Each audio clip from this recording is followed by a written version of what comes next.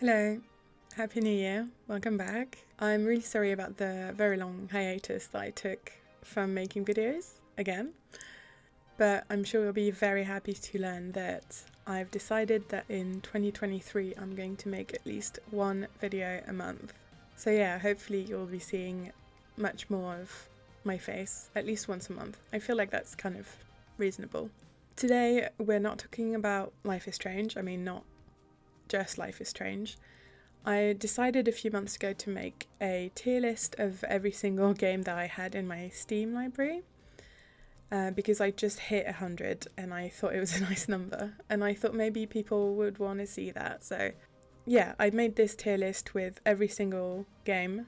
Actually, 2 of them are not games. I cheated, I'm sorry. And we're just going to talk through them and I'm going to sort them out in tiers. It's a tier list, you know how it works. And obviously I'm going to be giving a small review of each one that I have played. So if you're in the market for a new game and you like kind of story-based, not much combat, or like cozy sim kind of games, you might find your new favourite game here. So first I'm just going to talk you through the tiers. So first tier is life-changing, meaning any game that's kind of stuck with me since I've played it or that has affected my life in one way or another. I'm sure you can think of an example. 2, we've got a classic, which also is very good, but that's probably something that I go back to often. I feel like mostly like simulation games will go into that category, stuff that I find myself playing again and again. Nice is just stuff that I've enjoyed. Meh is just meh. They're very self-explanatory. I don't know why I'm explaining it. Trash is just games that I've severely disliked. And Who is the games that I have not played yet. So we're going to start with A Bird Story. I haven't played it yet. It looks very nice, so I'm very excited. Then we've got A Case of Distrust, which is a like detective investigation kind of game, or like murder mystery, I'm pretty sure, if I remember correctly. And I think I did enjoy it. After Party, I haven't finished this game yet, but I've started it and it seems quite fun. And I really like the aesthetic of it, and also Ashley Birch, the voice actor for Chloe in Life is Strange, is in it, which made me very excited when I found out. So I think I'm going to put in nice for now. Then we've got Alt Frequencies, which is a game where you have to manipulate radio frequencies to kind of move the story forward. It hasn't left a mark in my brain, but I do remember playing it and I do think I liked it. There's Among Us. I'm going to fit in a classic because I did play it a lot during lockdowns and stuff, and you know, it's fun. Another Lost Phone. So it's called Another Lost Phone because there's another game somewhere that's called Lost Phone. And it's kind of one of those games where you get someone's phone and you have to kind of go through it and see what happened to them, basically. And I did like it, I think. We've got our first example of an imposter. This is Aseprite, and it's a software to make pixel art with. But I would say it's a classic because I use it sometimes. I'm not good at pixel art. I'm terribly bad at it. Then we've got Assemble with Care, which is a game in which you repair people's objects like cameras and stuff, and you find out about their life and their story. I really liked it. Oh my god, I'm sorry. I feel like everything's going to end up in the nice category. And then we've got Captain Spirit. Spoiler alert, I'm pretty sure not everyone, a lot of the Life is Strange games are going to end up in the life-changing category. This one in particular, I just really liked it. I loved Chris as a character, and also it's I used to have a gaming channel, not this one, a different one, a few years ago, and I made a playthrough of Captain Spirit, which got like maybe a total of like 4 views, but I had fun, so I'm gonna put it in life-changing. Beat Cop is fun. I'm really bad at video games, and I'm very, very bad at this one in particular. You're basically a cop and you just do your shift as a cop, and you have to like issue tickets and stuff, but it has a very like kind of edgy, trashy kind of sense of humor about it, and I did like it. I'm kind of rethinking my tiers now because everything's in nice. Cities Skylines is going straight into a classic. I love that game. I go through phases, like a lot of people, where I will play a game like for hours every day for like a week and not pick it back up for like 3 months afterwards. City Skylines is one of those games, but when I do play, I fucking love it, and I play it for like 5 hours a day. I love it. It's such a great game. Then we've got City Car Driving, which I bought one night because I was drunk and I wanted to like pretend I was driving, and I haven't played it since. I think I'm going to put it in there. Then we've got Coffee Talk, which is another kind of story-based game where you are a barista and you just make coffees for people. I can't really remember exactly what happens, but I think it was nice, and it's kind of like this pixelated look, or pixel art is literally what it's called. It's great. I really like that kind of aesthetic. Cooking Simulator, which I've watched copious amounts of Call Me Kevin play. I haven't actually played it myself though, so I'm going to put it in Who. I don't know what games this is. Next, you can't tell, but we've got Dear Esther and Dear Esther Landmark Edition, which is basically the same game. It's Dear Esther. You are a man that walks around an island and like you're talking to your dead wife, I'm pretty sure. My problem with this game is that it made me motion sick. It gave me instant motion sickness and I could not play it. So just for that, I will put it in trash, purely because of that. And you can adjust like the viewing distance, I'm pretty sure. It just wouldn't work with me. So I've like watched videos about it and stuff, and it sounds like a great game. The soundtrack is lovely, but I can't play it. So yeah. Disco Elysium, I haven't played yet. Tom, if you're watching, I will be playing it soon, I promise. So it's going to go into Who. Do Not Feed the Monkeys is a game about video surveillance, I think. And I didn't finish it because you basically have to like observe different rooms in like people's houses. It sounds bad, but there's an underlying story underneath it. And one of the rooms has like this creepy doll in it, and I got freaked out by it, and I put down the game and have never picked it back up since. So for that reason alone, I will be putting it in the meh tier, because I guess if it didn't grab me enough for me to want to push past that and keep playing, it probably wasn't that good. I don't know.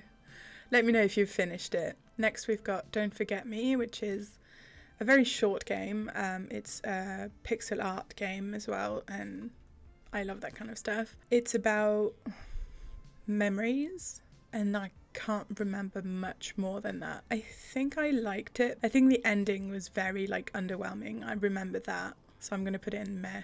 Then we've got Don't Starve Together, which I haven't played in ages and I'm so bad at it. I'll put it in nice though, because just because I'm bad at it doesn't mean it's a bad game. It's a great game. But I would be lying if I put it in a classic, because that would mean I play it a lot, which I do not. And same for Don't Starve. And we've got Eliza, which is a kind of story-based game. I'm pretty sure it revolves around AI. It's really, really nice story. It's kind of like a visual novel. And there's a game within the game where like you have your smartphone and you can play games on your smartphone. And it's like a version of Solitaire, which doesn't exist in real life, but I love it so much I would play it forever. So I'd go into Eliza, play like the game Eliza, and then get lost playing the Solitaire for like an hour. It's so good. I want them to release it as like a separate game. Then we've got Emily is Away, and then Emily is Away 2 and 3, which are all nice. I think I got kind of bored at the end of Emily is Away 3, so that can go in the meh, but Emily is Away and Emily is Away 2 can go in nice. And then we've got Fahrenheit Indigo Prophecy. I've had it for years because it got recommended to me and I haven't played it, and I don't think it would be my thing, but it's in my library, so there we go. Then we've got Farm Man, which I'm pretty sure is Farm Manager, which I haven't played. I don't know why I have it. Then we've got Fences. It's not a game. It's what I use to manage my icons on my desktop, and I really like it. It's very good. It's not a game though. Then we've got Firewatch, which is, I would say, life-changing to me, honestly. I've only played it once, but like it's still with me. Like, I fucking love that game. Let me know if you want me to play it on my channel, because I can definitely do that. Then we've got Hacknet, which I bought ages ago and I haven't played it yet, but I really want to. So it's going to go in the Who tier for now. Then we've got Half Past Fate, which is, first of all, a very, very cute game. And it's basically about people meeting in like seemingly random situations and how it impacts their fate, their future. And I really liked it. Especially the aesthetic of the game is just great. Then we've got Headliner. This first icon is Headliner Novi News, which is the second one, and then we've got Headliner. It's about how you can manipulate information to like influence society. It's very good game. Really like both of them. I'm pretty sure they're quite short though. And then there's Heaven's Vault, which I haven't played yet. Then there's Her Story, which is really, really good. It's an FMV game, so it has video clips as part of the gameplay, and you're basically watching interrogation footage of this lady, her, to kind of piece together what happened. There's loads of like twists and turns and stuff, and yeah, I really recommend this one. Then I think that's Human Fall Flat, classic, because I did play it a lot with friends at some point. So then there's If Found, which I haven't played yet. And then there's Jessica, which, if I remember correctly, is also a found phone type thing. I don't think I liked it that much. I'm going to put in meh. Then there's Kathy Rain, which is it's an investigation kind of game. A point and click is what it is. And it looks kind of retro, and I really liked it. So it's going to go nice. I changed my mind. I created a new tier, but I'm not going to start the video again. So I created the great tier, which is just below a classic, and it's better than nice. So what I'm going to put in here are Assemble with Care, Half Past Fate, Her Story, and Kathy Rain. Yeah, I think that makes sense to me. Then we've got Lake. Oh my god, I love that game so much. I don't know why, I don't know what it is about it. It's basically a game where you go to a small town to cover for your dad while he's away on holiday, and he's the postman. So you basically just drive your truck around town and just deliver mail. It's one of those genres where you go from your like really busy city life to a very quaint existence, like things Stardew Valley, stuff like that. I'm pretty sure it has a name, but I've forgotten now. And it kind of reminds me of Life is Strange True Colors, just because of the very like small town ambiance, atmosphere is what I wanted to say. And I love it, honestly. I don't know, this game just grabbed me and I love it.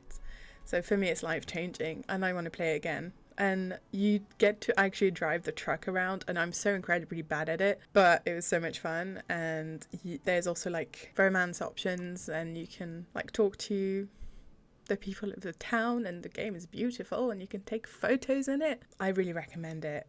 It's so good. Then there's Left on Red. It's like a text. It tells a story, but the format is basically just text between two people, which I found kind of boring. So I'm going to go on meh for this one. And we've got Life is Strange 2, which I don't love it as much as I love the original Life is Strange, Before the Storm or True Colors, but I still love it. So it's going to go in great. Then we've got Life is Strange. Oh no, sorry, that's Before the Storm.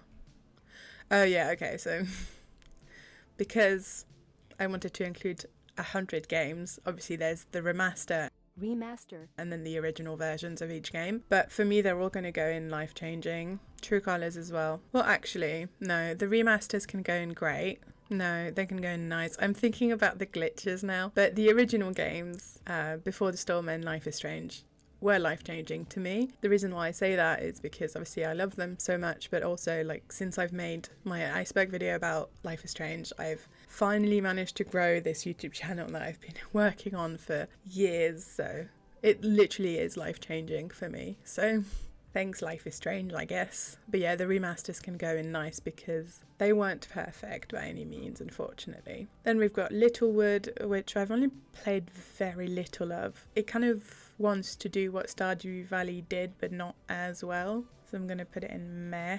Then there's Marie's Room, which is a kind of exploring game where you're in Marie's room and trying to like figure out stuff about her, and I loved it. It's free as well, so you should go and get it if you're interested in that kind of stuff. I should play it again. It's very short, but it's very good. It's gonna go in great. Misadventures of Laura Silver, I haven't played yet. I'm pretty sure it's like an investigation detective kind of thing. Monster Prom, I haven't played yet. This is a Mortician's Tale. It's just a game where you're a mortician, and it's really cute and it's nice. My Time at Portia, I haven't played yet. Neocab, this was so good. It's like a kind of futuristic game where you are a taxi driver and there's this whole storyline that unfolds, and I just remember really liking it. I love the aesthetic of it and the soundtrack and stuff. It's all a bit like vaporwavy, synthwavy, cyberpunk, very nice. New Life, I haven't played yet. Night in the Woods, this is life-changing to me. I love this game with a passion. It's so wonderful. I kind of want to play it on the channel as well, so let me know if you'd like that. I need to try and describe it. Basically, you're this college dropout who goes back home in this small American town, and your friends are all there, like your high school friends, and you hang out with them, but like it's not really the same, but then it also kind of is. And then there's a lot of like introspection happening, and there's also a murder mystery happening. The atmosphere of it is just so nice. It's like comforting but also kind of depressing. Let me know if you want me to make a longer video about it. I have a lot of feelings about this game. Norco, oh my god, I love this game so much. It's like a point and click adventure investigation kind of game. It's kind of like dark and weird, very weird, but so good and just gorgeous. Every landscape makes me like, I took so many screenshots because I just found it so beautiful.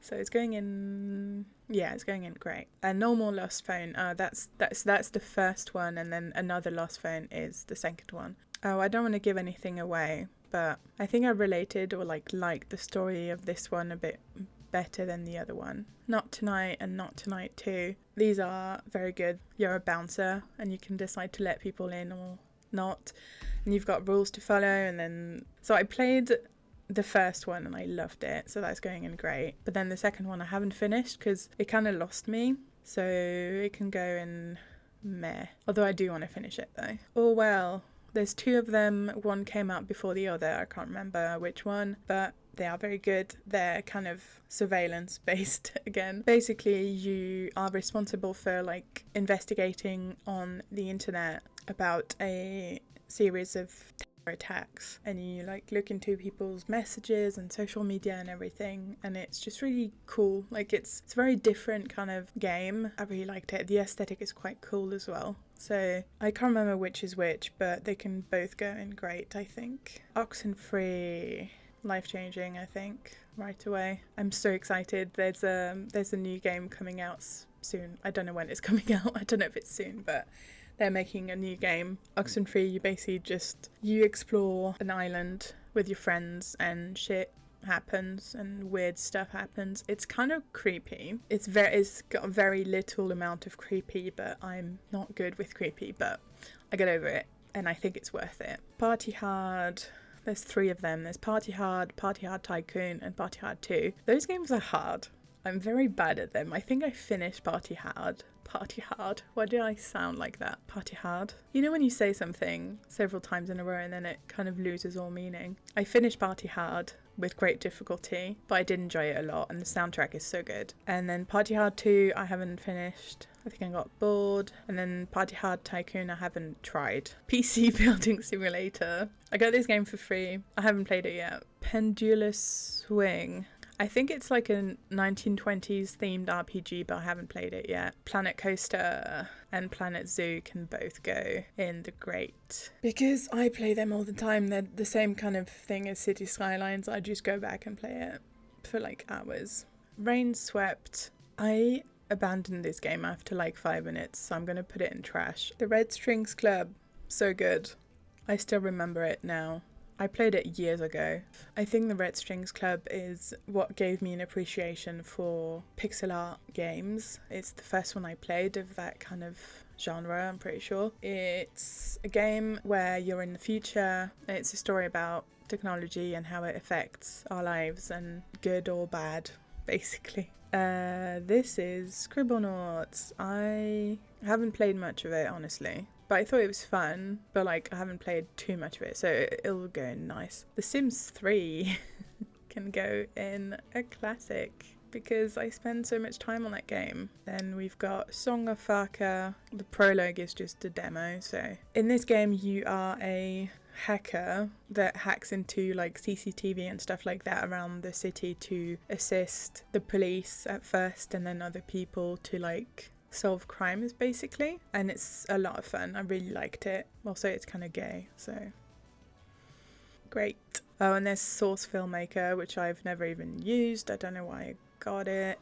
Spiritfarer. That's going straight into the life-changing category. In Spiritfarer, you are the Spiritfarer. You basically transport spirits from the realm of the living to the realm of the dead, and in the meantime, you're on this boat and you get to give them the food that they like and help them get closure with stuff before they move on. And it's so nice and it's very emotional. Even just talking about it makes me emotional. I played it when I was going through a lot of grief myself, and it really just helped me in a way, and it also kind of helped me express some of my emotions. Like, I cried so much playing this game. As you can tell, it's still I don't know. I really recommend it I recommend it to everybody, but specifically if you're going through a death, if you're going through grief, it's a good way to kind of think about grief in a way and think about death in a way that's a bit different. Also, you have a cat in this game and she's really cute.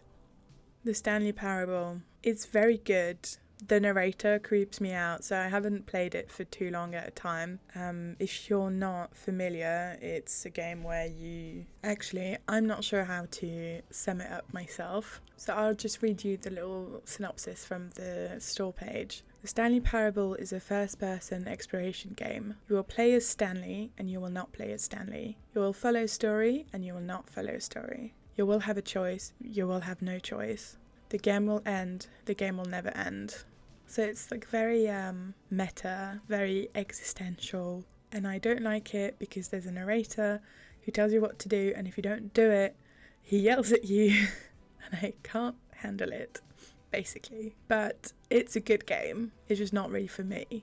Then we've got Star Wars: The Old Republic, which, as far as I'm concerned, is absolutely a classic. I play it a lot with one of my friends and it's just a lot of fun. Then there's Stardew Valley, which is literally my life. I think this is my most played game on Steam by a long shot. So yeah, it's absolutely a classic. I love that game so much.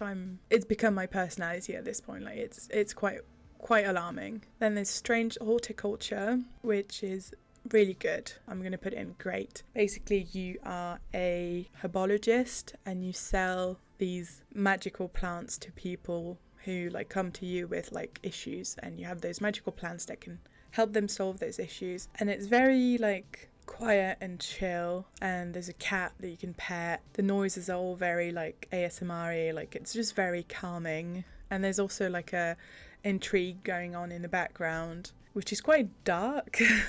But I don't know, the style of the game makes it not so spooky. It's just kind of like interesting.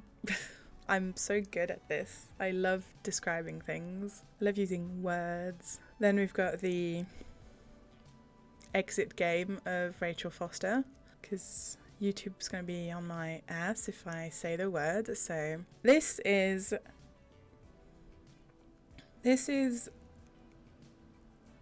it's a beautiful game. It's an exploration game where you get locked in a hotel that your dad owned in a storm, and you explore and kind of find out stuff about your dad, who had an affair with a teenager, said Rachel Foster. And it's just so gross. Like, the story is gross. I will direct you towards a video by Mert KK, who made a whole essay about this game, and it's great, and she put it much better than I ever could. Yeah, the game is gorgeous. It's a little bit spooky in a way, but just because of the way it handles the subject matter, I have to put it in trash. This is Tacoma. I was struggling to make my little thumbnails, as you can see. This is another kind of exploration, investigation kind of game where you arrive on a spaceship after everyone's disappeared, and you have to investigate why they're gone. And I love it. Great, I think. Tell Me Everything. I can't remember if I've played this one. I have played this one. I hated it. It's got a very weird kind of design to the characters, which I didn't really like, and I got kind of stuck. It's an interrogation, investigation kind of game, and I just didn't, I don't know if it's just me being stupid, but it just didn't work for me. Tell Me Why. This is going in life-changing, because I love it. If you're unfamiliar, it's the same people that made Life is Strange. I believe it's the first video game to have a main character who's trans. You play as these two twins, so one of them is a trans man, the other one's a cis woman. They kind of revisit their childhood home after something traumatic happened when they were kids with their mum, and it's an absolutely gorgeous game. The characters are great. I just find myself thinking about it a lot. It's simply life-changing. Telling Lies was made by the same people who made Her Story, but it's not as good, in my opinion, because Her Story was basically just videos of the interrogation room that sit on different days, but that was it. Whereas Telling Lies, you have it's usually recordings of like FaceTime calls, so you have so many characters, it kind of becomes a bit confusing. And also what I really hate is that they're also recording only one side of the FaceTime call at a time, so you have all these videos of people just, you know, asking questions, and then just big silence and just a one-sided conversation basically. And I didn't like it because it made me feel awkward. But all in all, it's a good game, and they have like real actors and stuff, because obviously it's an FMV game, so there's video footage. But yeah, some of the actors are faces I'd seen before. I think one of them is in You season 2, I think he's Love's brother, if I remember correctly. And then one of them, the guy that's on the little thumbnail, plays a very small part in my favourite movie of all time, Across the Universe. Points for that game, just for that. And then there's The Low Road, which I haven't finished yet, but so far I like it. It's investigation kind of game, and it's set in the 70s, and the aesthetic is very pleasing. Stillness of the Wind I haven't played yet. Thief of Thieves haven't played yet. TikTok A Tale for Two is a lot of fun. You play with another player, and it's not actual multiplayer because it's not actually connected. You basically just you each play a different version of the game, if that makes sense, and the puzzles kind of complete each other, and you have to communicate together so that you can solve them, and I really liked it. It was fun. To the Moon I haven't finished yet. Actually, I've only played the first chapter, so I'm going to put it in Who for now. 2 Point Hospital is a hospital manager game. It can go in great. It's quite fun, but I wouldn't put it in a classic because I don't play it that much. Unheard is a game in which you solve mysteries or like crimes by being able to hear whatever happened just before the crimes. I did like it a lot, but I found it a bit challenging, so I'm going to put it in nice. Unpacking! Oh my god, I love this game. This game is life-changing to me. I don't know what it is about this game, it's just so much fun. You've probably seen it around. You basically you move into your new flat and unpack, and that's the gist of it. And every new flat you move into, you can tell that there's a story unfolding with relationships and growing up and stuff. And not only is it very satisfying to play, it's also, the story is just very nice. Then we've got 2 Vampire the Masquerade games. I think Coteries of New York was nice, and then Shadows of New York was great because I loved the main character a lot more than I did in Coteries of New York. Then we've got Wallpaper Engine, which is what I use to have animated wallpapers on my computer. Fascinating stuff. It's nice though. Then we've got What Never Was, which is a game where you explore your dead grandpa's office and find mysteries inside. And there's puzzles to be solved and stuff like that. And I think it was nice. It didn't blow my mind, but I did really like it.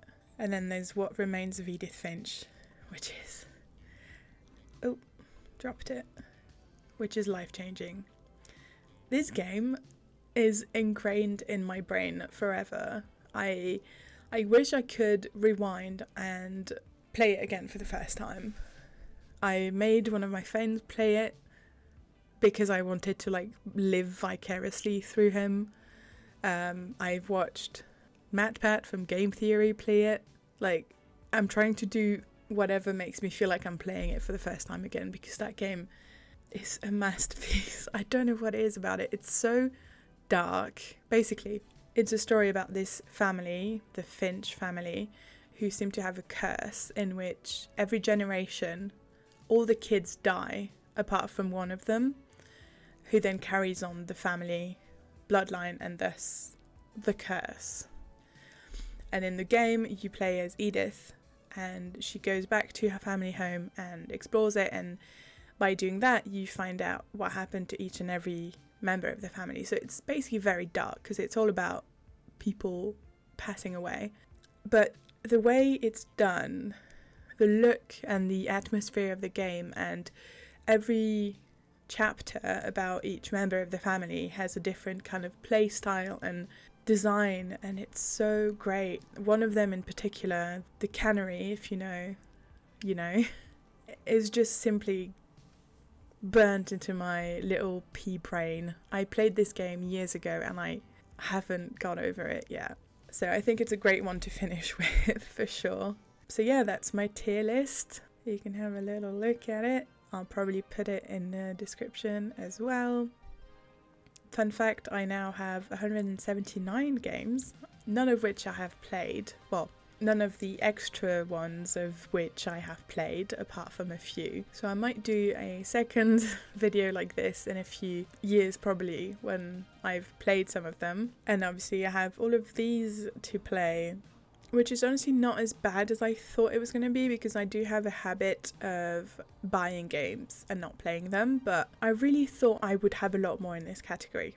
So I'm kind of proud of myself for that. Let me know what you think. I would love to know if you've played any of these games. What do you think of my ranking? What do you think of the games? And also let me know if there's any games that I've talked about that seem interesting to you. I will be linking them all in the description of the game, the description of the video. Again, I play on PC, so I'll be linking them on the Steam store, but you can then, I'm sure, find them on your platform of choice. And yeah, I will see you next month, because I'm doing this now. I'm doing at least a video a month. Thank you for watching, and I hope you have a nice evening. Bye.